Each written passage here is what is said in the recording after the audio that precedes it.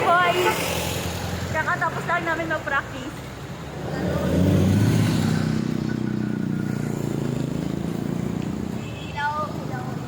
Alas 5 na po ngayon. May aantay po kami. Alas 5 na, nasa Malino pa kami.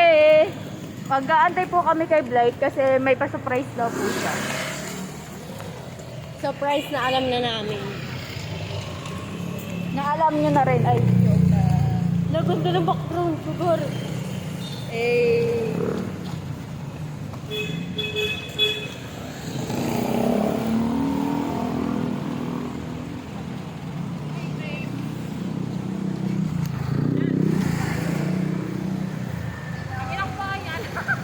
Gala tayo sa loob ng ano.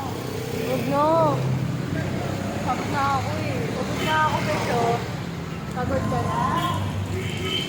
Sure ka na ba? Ay,